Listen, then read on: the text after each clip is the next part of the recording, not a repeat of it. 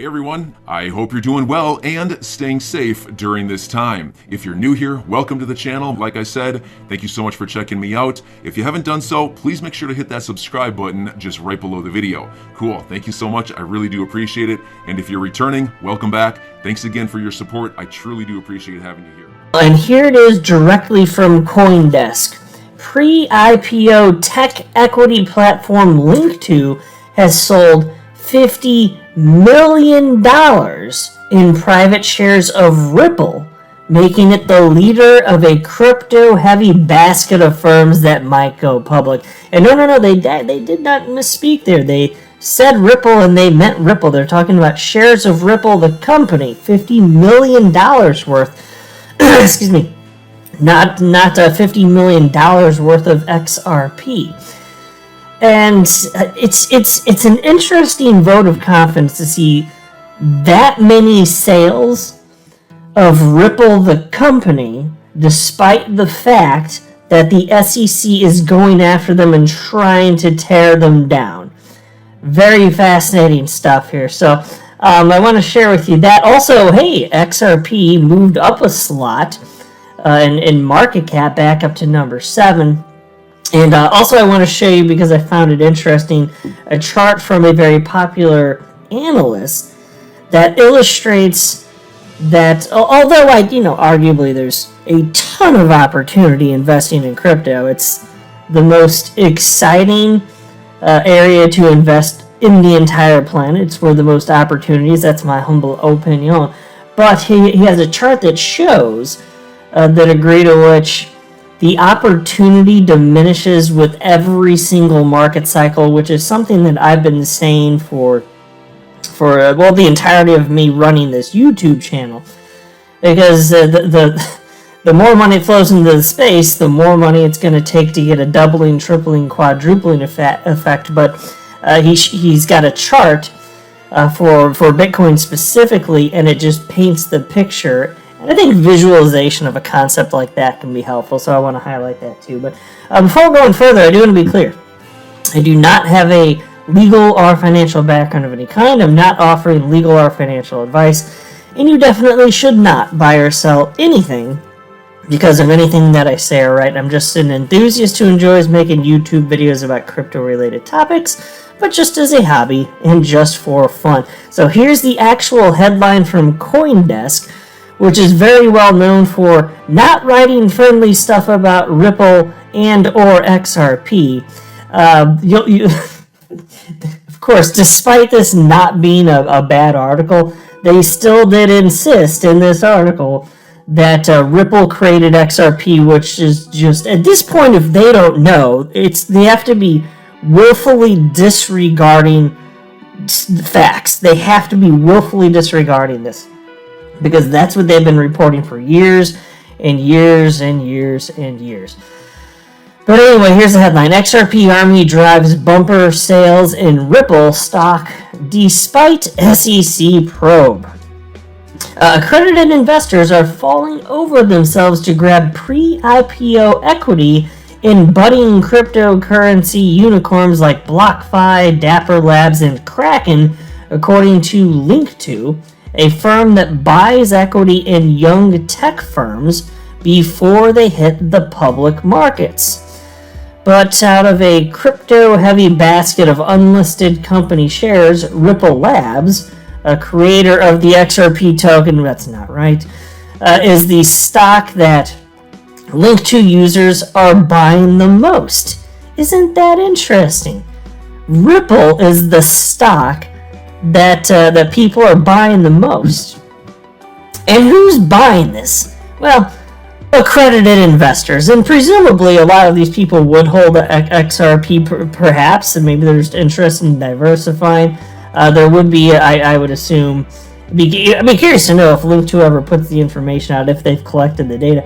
Like, how many of these people are just purchasing the stock and aren't even in crypto, but they're just interested in pre-IPO tech companies because they're getting their grubby little mitts on something that the typical person is not even allowed to legally invest in. You know what it takes to be an accredited investor? I've talked about it a bit in the past, but here are some of the specifics. This comes from Investopedia.com. Who is an accredited investor? All you need to look at is these two bullet points. But the SEC is the entity that came up with this. So they're protecting you from having access to investing in exciting companies that might be worth a fortune in the future. That's what they're doing. They're protecting you from yourself, because you know why? You're too stupid to make your own financial decisions for yourself. You need the protection of the SEC that we've all come to know and love. But look at the first bullet point here. So, because again, the question is, who's an accredited investor? It's a natural person with income exceeding $200,000 in each of the 2 most recent years, or joint income with a spouse exceeding $300,000 for those years, and a reasonable expectation of the same income level in the current year. So already right there, typical person, you won't be accredited because the typical person is not making anywhere near that much. There's another way that you can be accredited, though. Take a look at this. A natural person who has an individual net worth or joint net worth with the person's spouse that exceeds $1 million at the time of the purchase, excluding the value of the primary residence of such person. So even if your net worth is over $1 million, if you don't have at least $1 million in net worth, excluding your home, you also are not an accredited investor because you're not sophisticated enough to purchase these companies. So again, they're just protecting you from yourself. I've always been disgusted by these rules, because even if some people would be harmed by making financial decisions, that's their own damn fault. Just because somebody might make a poor financial decision doesn't mean that you should take financial freedom and decision making away from people, just because some people might make dumb choices. If anything, try and educate them. Instead of taking away freedom, how about just educating the general public? Maybe make that an emphasis in grade school. How about that? Maybe that would be a better approach, don't you think here? But no, that's not the route that the SEC has gone. Still, even so, there are a lot of people that seem to be well-to-do that want to purchase Ripple because they think that Ripple, the company stock, is going to be worth way, way, way more in the future, and I wouldn't be surprised if that's correct. I would not be surprised in the least. But here's a quote. This comes from Nick Barafato, who is better known within the XRP community as Mr. B XRP, and he actually does have a role at Link2. He started working there somewhat recently. But anyway, here's a quote from him. "We don't act like a broker, but rather we put our money up front and buy pre-IPO tech company shares from early founders, investors, and employees that need to liquidate shares for whatever reason. That might be to buy a house or send a kid to college." And then there was also this quote. "We also retain ownership of a percentage of each and every investment we make until the company exits," end quote. And then the piece continues. And this is crazy. So this is where it really starts to grind my gears, that they're taking the opportunity to invest in companies like this out of the hands of the everyday person. So even if this is higher risk, because there maybe a lot of the times these are startup companies, okay, fine, but still you should have the free. That's my argument. Is you should have the freedom, and we should just make sure that people are not financially illiterate. As they're being raised in the United States and going through a lot of people going through the public school system. But anyway. Piece reads as follows. "It's perhaps no surprise there's a strong demand for private equity in crypto companies, given events like crypto exchange Coinbase's direct listing last year. Coinbase's stock was changing hands on the Link2 platform at $32 a share just 9 months before it listed at over $350, according to Burrowfado. Did you guys read that or see that? The price for Coinbase stock before they went public was $32. And if you, Mr. Unsophisticated, non-accredited investor, if you wanted to purchase it, you had to wait until the price was inflated upon the IPO, and it launched at $350 because you are not sophisticated enough to purchase it when it was $32, which is just offensive. And I checked before recording, it's currently at $166. It's been up and down, up and down. But still, that's way higher than $32. So really, like, think about that. The SEC, what did they protect the typical investor from? Buying it cheap, because that's what the data shows at this point. But think about this: if Coinbase could do that, how much do you think Ripple, the company, is going to be worth? Man, because look. They're already worth right now. The most recent valuation was $15 billion. But in terms of what that will mean, if there's an IPO and how much that might ramp up as a result of demand and price getting better, I can only imagine. I would still, just a for fun guess, expect that XRP would result in way, way, way greater returns than any startup, especially if you're talking about over a shorter time frame. So, like, is Ripple stock going to outperform XRP? No way to know exactly which, if either, is going to have long-term viability. You know my stance, though. I'm very optimistic for both. My for fun guess would be that XRP would substantially outperform Ripple because in the crypto space, there's not sufficient liquidity here. It doesn't take much at all to get to this just dramatic asymmetrical returns. And there's also the frenzy around the crypto asset class, even more so than there would be for companies like Ripple. As fantastic as they are, I'm not trying to take anything away from them. I just think there's going to be less compared to the crypto space. To me, that just seems like a no-brainer, at least for the indefinite future here. Let me scroll a little bit lower here. There's another part I wanted to read. And by the way, it is clear, like Ripple, they plan to go public. They're just waiting for this SEC case to end. So it's a matter of if, not when, in all likelihood. It's not I'm not saying it's 100% sure, but the messaging we've been getting from the very top, from Brad Garlinghouse, Ripple CEO, seems to make it very clear that is indeed the case. So $50 million worth of private equity of Ripple Labs has been sold here. Now take a look at this quote from Nick Burrowfado. "We were selling Ripple shares long before the SEC case," Burrowfado said. "Many of our members hold digital assets, and they were emboldened by this case with the SEC and decided they wanted to have a piece of Ripple equity as well as XRP." That's pretty cool stuff right there, so it's very nice to see this.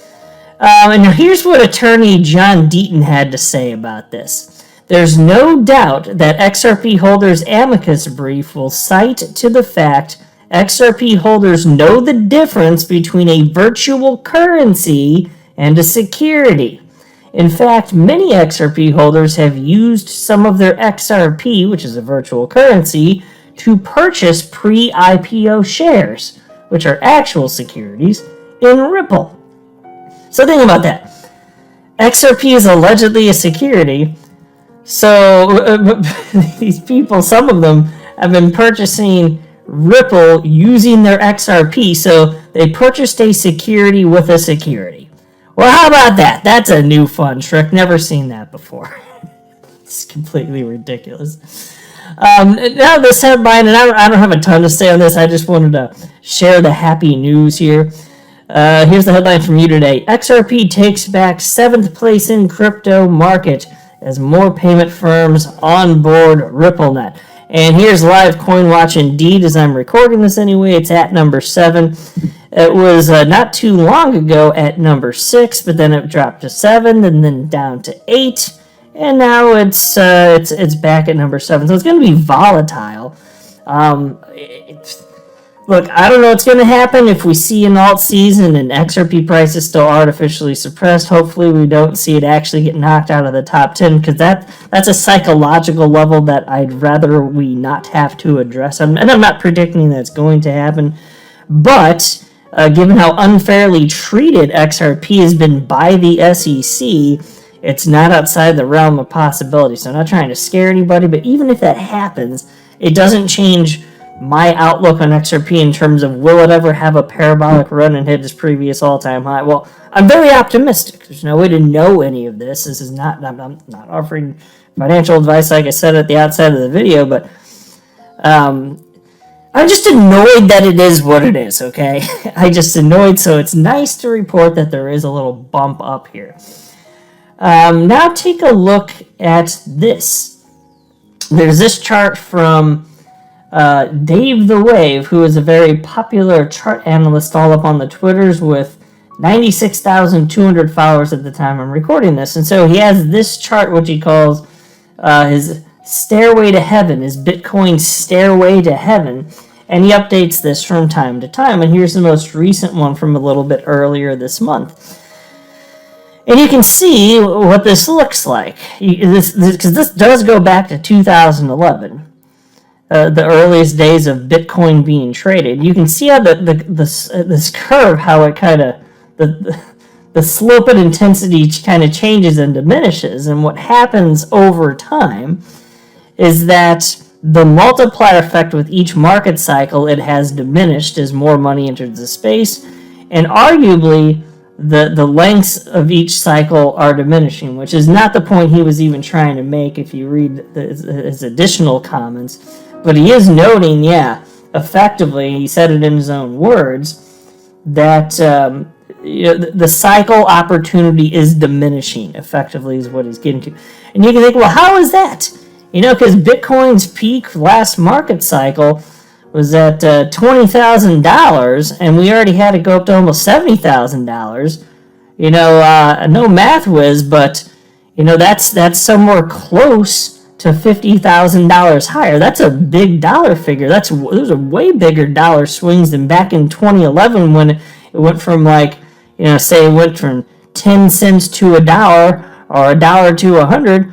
Those are way smaller figures. Well, how is that indeed the case? Okay, right, the dollar figures are smaller, but what about the multiplier effect? Going from $20,000 to almost $70,000, that's awesome if you look at one peak to the next, but that's only a little over a threefold increase. If you're talking about going from 10 cents to $1, that's a tenfold increase. So there's less money, and it's easier to get this multiplier effect and have the price bid up. But that's why every single subsequent market cycle we're in, there's incredible opportunity. Yes, I'm not pretending like there isn't, so I'm not trying to dampen the mood here. I'm thrilled about the level of opportunity here. I'm just letting you know, with every single market cycle, the more time it passes, the fewer, the lesser the opportunity, because the multiplier effect will just decrease, and eventually it'll get to the point where there's so much liquidity that it's going to be as boring as trading, precious metals, gold, silver stuff. That's what it's going to look like. There's going to be so much damn money in this. I'm your guy. I will keep you posted. I'm your advocate. I'll be back on a daily basis, usually multiple times per day, with these videos to keep you updated with everything going on. So I hope you enjoyed the video. If you haven't done so, make sure to hit that subscribe button. Feel free to share any of my videos with your friends, family, social media, or anybody who may care to listen. Thanks so much for your continued support. I'm always here for you. I want to help you through this time. So thank you so much for continuing to choose me. Enjoy your day, stay safe, and I'll catch you again probably in a couple hours. Thanks, everybody. See you later.